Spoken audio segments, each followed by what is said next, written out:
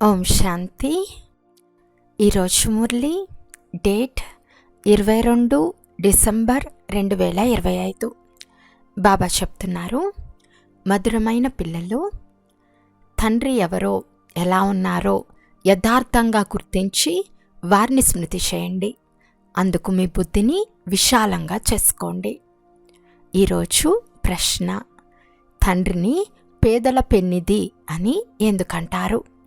జవాబు: ఎందుకంటే ఈ సమయంలో ప్రపంచమంతా పేదగా అనగా దుఃఖంతో నిండిపోయింది. ఇటువంటి సమయంలో అందరినీ దుఃఖం నుండి విడిపించేందుకు తండ్రి వచ్చారు. అంతేగాని జాలిపడి ఎవరికైనా బట్టలివ్వటం, ధనంనివ్వటం ఇవేవి గొప్ప విషయాలు కావు. వీటి వలన వారు షౌకారులుగా ఏమీ అవ్వరు. నేను పేదవారికి ధనంనిచ్చి పేదల పెన్నిదిని అని పిలిపించుకోను.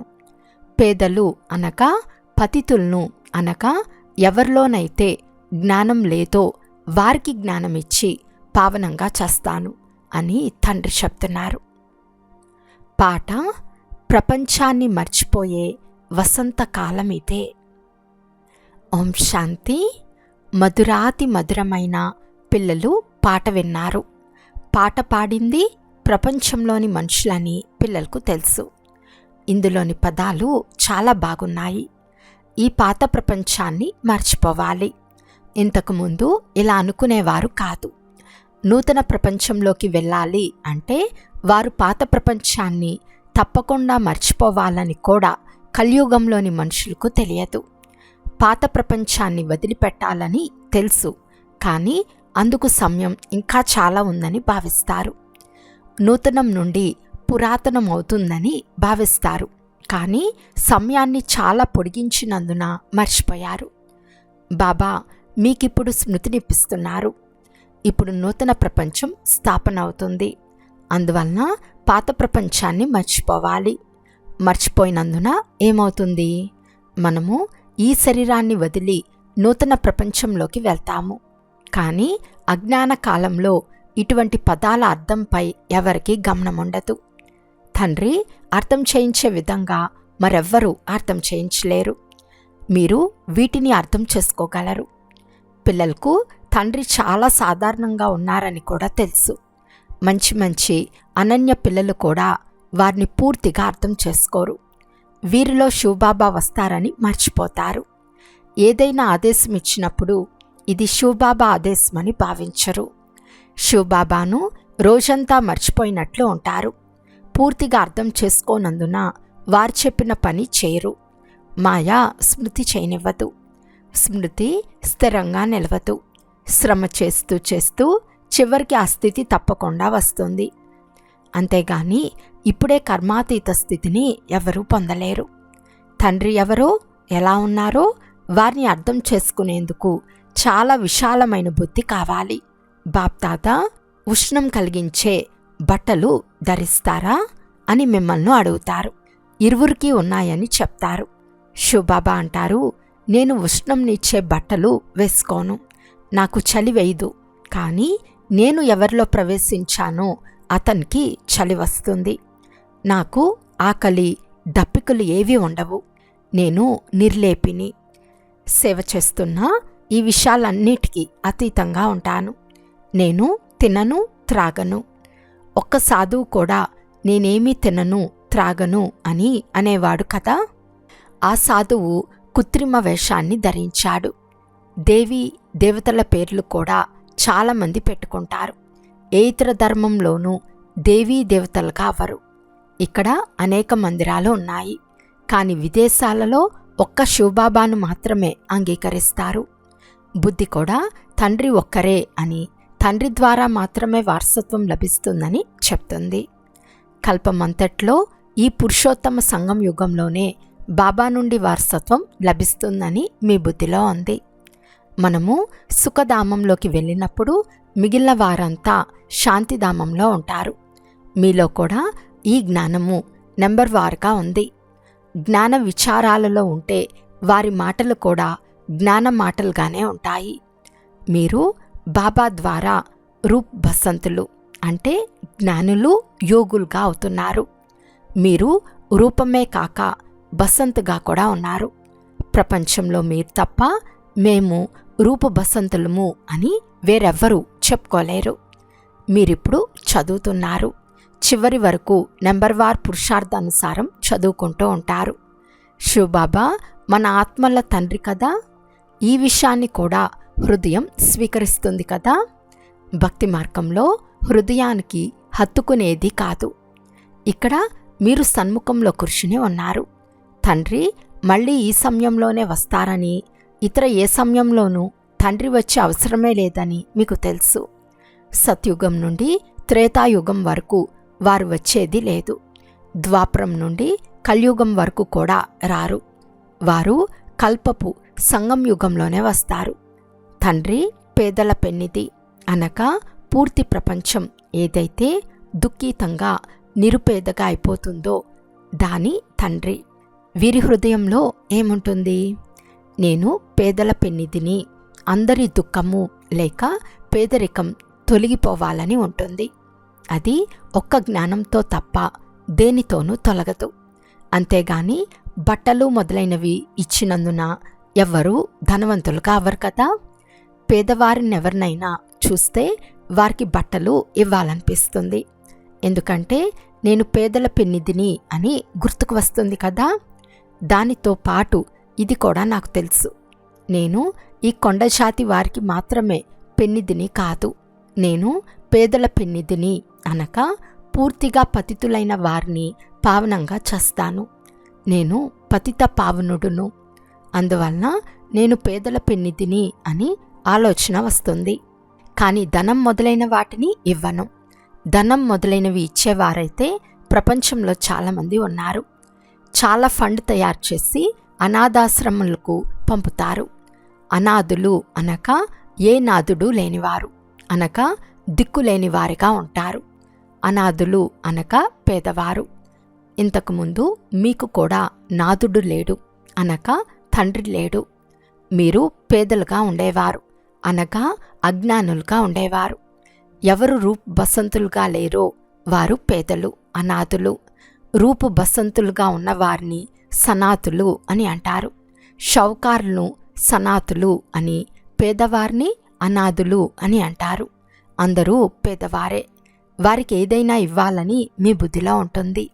తండ్రి పేదల పెన్నిది కనుక వారు సదా కొరకు ధనవంతులుగా అయ్యే వస్తువులను ఇవ్వమని తండ్రి చెప్తున్నారు. అంతేగాని ఈ దుస్తులు మొదలైనవి ఇవ్వటం చాలా సాధారణ విషయము. వాటిలో మనం ఎందుకు జోక్యం కలిగించుకోవాలి? మనము వారిని అనాథుల నుండి సనాతులుగా చేయాలి. ఎవరు ఎంత పదమాపతిగా ఉండినా అదంతా అల్పకాలం కొరకే. ఈ ప్రపంచమే అనాథుల ప్రపంచం. భలే ధనవంతులున్నా ఆ ధనం కూడా అల్పకాలికమైనదే. అక్కడ సదా సనాతులుగా ఉంటారు. అక్కడ ఇలాంటి కర్మభోగం ఉండదు. ఇక్కడ ఎంతోమంది నిరుపేదలు ఉన్నారు. ఎవరి వద్ద ధనముందో వారికి మేము స్వర్గంలో ఉన్నామని నష ఉంటుంది. కానీ అలా కాదని మీకు తెలుసు. ఇప్పుడు ఏ మనిషి సనాతుడుగా లేడు. అందరూ అనాథులుగానే ఉన్నారు. ఈ ధనము మొదలైనవన్నీ మట్టిలో కలిసిపోతాయి. మా పుత్రులు పౌత్రులు తిన్నంత వరకు సరిపోయే ధనం మా వద్ద ఉందని, పరంపరగా ఇలాగే ఉంటుందని మనుషులు అనుకుంటారు. కానీ అలా జరగదు. ఇదంతా వినాశనమైపోతుంది. అందువలన ఈ మొత్తం పాత ప్రపంచంపై మీకు వైరాగ్యం ఉంది. నూతన ప్రపంచాన్ని స్వర్గమని, పాత ప్రపంచాన్ని నరకము అంటారని మీకు తెలుసు. మనల్ని బాబా నూతన ప్రపంచం కొరకు ధనవంతులుగా చేస్తున్నారు. ఈ పాత ప్రపంచం సమాప్తమైపోతుంది. తండ్రి ఎంత ధనవంతులుగా చేస్తారు? ఈ లక్ష్మీనారాయణులు ధనవంతులుగా ఎలా అయ్యారు? ఎవరైనా ధనవంతుల నుండి వారికి వారసత్వం ఏమైనా లభించిందా? లేక ఏదైనా యుద్ధం చేశారా? ఎలాగైతే ఇతరులు రాజ్యసింహాసనాన్ని పొందినట్లు వీరు కూడా పొందారా? లేక వారి కర్మల అనుసారం ఈ ధనం లభించిందా? తండ్రి కర్మలు నేర్పించే విధానం పూర్తి భిన్నంగా ఉంటుంది. కర్మ, అకర్మ, వికర్మలనే పదాలు కూడా స్పష్టంగా ఉన్నాయి కదా. శాస్త్రాల్లో కొన్ని పదాలు పిండిలో ఉప్పు ఉన్నంత ఉన్నాయి.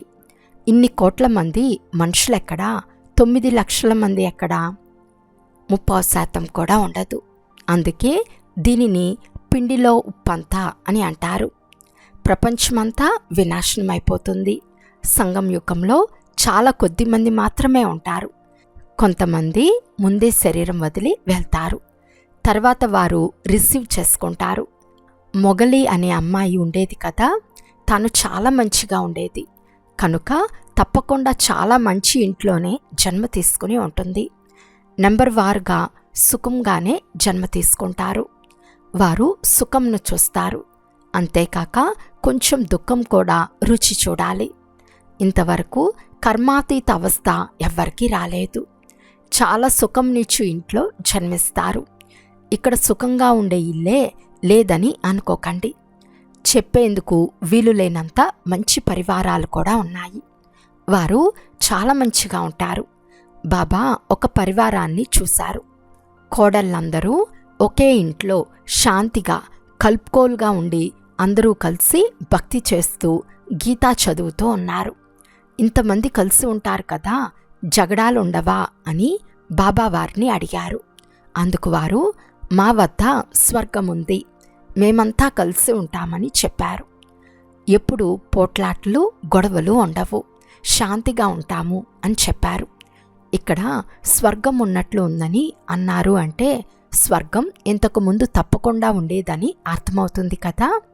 అందుకే ఇక్కడ స్వర్గం ఉన్నట్లు ఉందని అంటారు.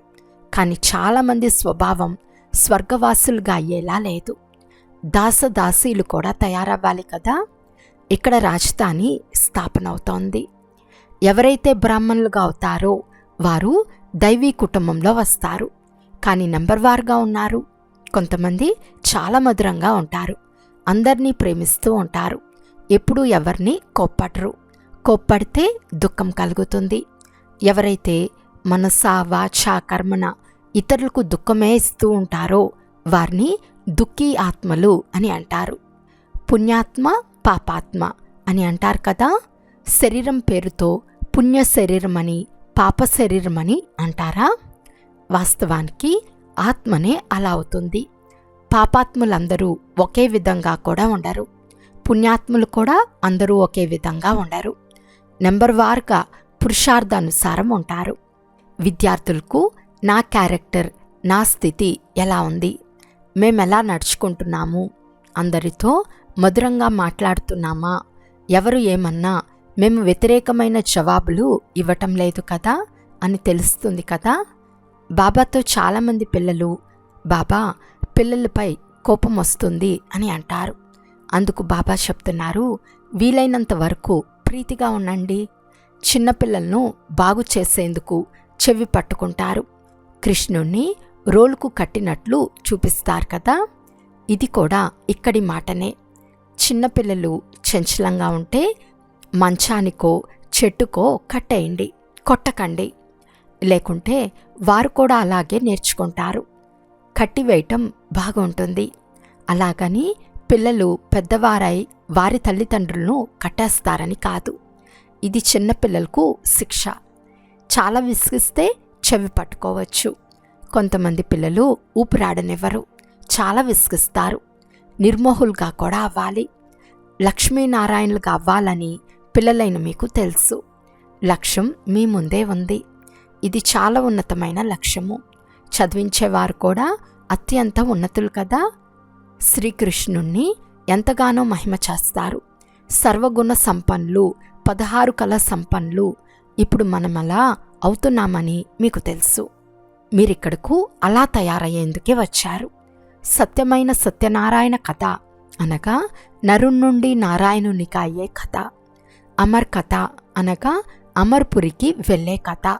సన్యాసులు మొదలైన వారికి ఈ విషయాలు తెలియవు. ఏ మనిషిని కూడా జ్ఞానసాగరుడు లేక పతిత పావనుడు అని అనరు. మొత్తం ఈ సృష్టి అంతా పతితంగా ఉన్నప్పుడు పతిత పావనుడు అని ఎవరిని అనాలి? ఇక్కడ పుణ్యాత్ములు ఉండనే ఉండరు. తండ్రి అర్థం చేయిస్తున్నారు. ఇది పతిత ప్రపంచం. శ్రీకృష్ణుడు మొట్టమొదటి నెంబర్. అయితే అతన్ని కూడా భగవంతుడు అని అనరు. జనన మరణరహితుడు ఒక్క నిరాకార తండ్రి మాత్రమే. శివ పరమాత్మాయ నమః అని మహిమ చేపడతారు. బ్రహ్మ విష్ణు శంకరులను దేవతలు అని అంటూ తర్వాత శివుణ్ణి పరమాత్మ అని అంటారు. కావున శివుడు అందరికంటే పైన ఉంటాడు కదా. వారు అందరికీ తండ్రి. వారసత్వం కూడా తండ్రి నుండే లభిస్తుంది. సర్వవ్యాపి అని అనటం ద్వారా వారసత్వం లభించదు. తండ్రి స్వర్గస్థాపన చేస్తారు.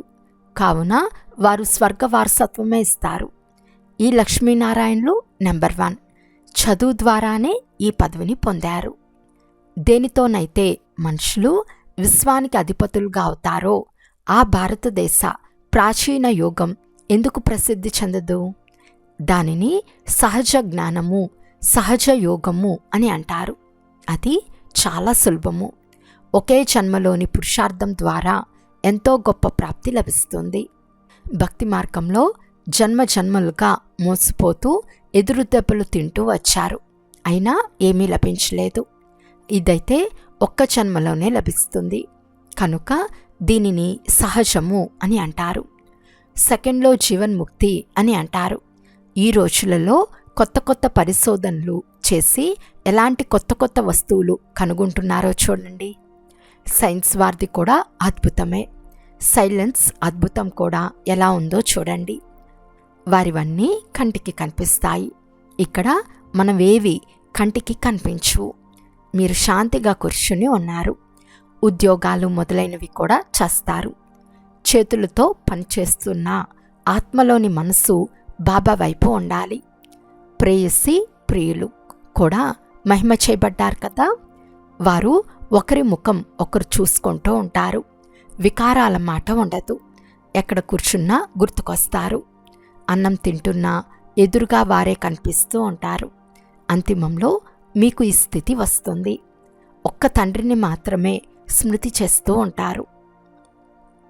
అచ్చా, మధురాతి మధురమైన అపురూపమైన పిల్లలకు మాతాపిత బాప్దాదాల ప్రియ స్మృతులు మరియు గుడ్ మార్నింగ్.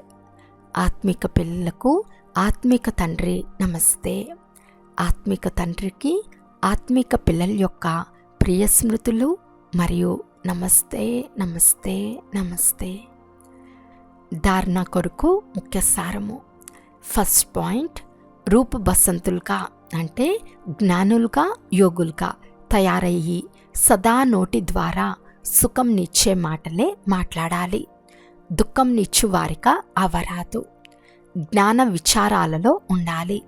నోటి నుండి జ్ఞానరత్నాలే వెలువడాలి. సెకండ్ పాయింట్, నిర్మోహులుగా అవ్వాలి. కానీ ప్రతి ఒక్కరితో ప్రేమగా వ్యవహరించాలి. కోపగించుకోరాదు. అనాథులను సనాథులుగా చేసే సేవ చేయాలి. ఈరోజు వరదానము. తమ ఫరిస్తా రూపం ద్వారా గతి సద్గతి యొక్క ప్రసాదాన్ని పంచే మాస్టర్ గతి సద్గతి దాతా భవ. వర్తమాన సమయంలో విశ్వం యొక్క అనేక ఆత్మలు పరిస్థితులకు వశమై ఆర్తనాదాలు చేస్తున్నారు. కొంతమంది అధిక ధరలతో, కొంతమంది ఆకలితో, కొంతమంది శారీరక రోగులతో, కొంతమంది మానసిక అశాంతితో. అందరి దృష్టి శాంతి టవర్ వైపు వెళ్తూ ఉంది. హాహాకారాల తర్వాత జై జై ధ్వనులు ఎప్పుడు జరుగుతాయని అందరూ చూస్తున్నారు. కనుక ఇప్పుడు తమ సాకార ఫరిస్తా రూపం ద్వారా విశ్వంలోని దుఃఖాన్ని దూరం చేయండి. మాస్టర్ గతి సద్గతి దాతులుగా అయ్యి భక్తులకు గతి సద్గతుల ప్రసాదాన్ని పంచండి. స్లోగన్. మనసును ఎంత శక్తిశాలిగా చేసుకోవాలి అంటే ఏ పరిస్థితి కూడా మనసును ఆందోళనలోకి తీసుకురాకూడదు. అవ్యక్త సూచన. ఇప్పుడు సంపన్నము లేక కర్మాతీతంగా అవ్వాలనే తపనలో ఉండండి. ఇప్పుడు సేవ యొక్క కర్మబంధనంలోకి కూడా రాకండి. మా స్థానము, మా సేవ, మా విద్యార్థి, మా సహయోగి ఆత్మలు. ఇది కూడా సేవ యొక్క కర్మబంధనమే. ఈ కర్మబంధనం నుండి కర్మాతీతము కనుక కర్మాతీతంగా అవ్వాలి మరియు ఇదే సర్వస్వము అనే అనుభూతిని ఇప్పించి ఆత్మలను గమ్యస్థానానికి సమీపంగా తీసుకురావాలి. అచ్చా, ఓం శాంతి.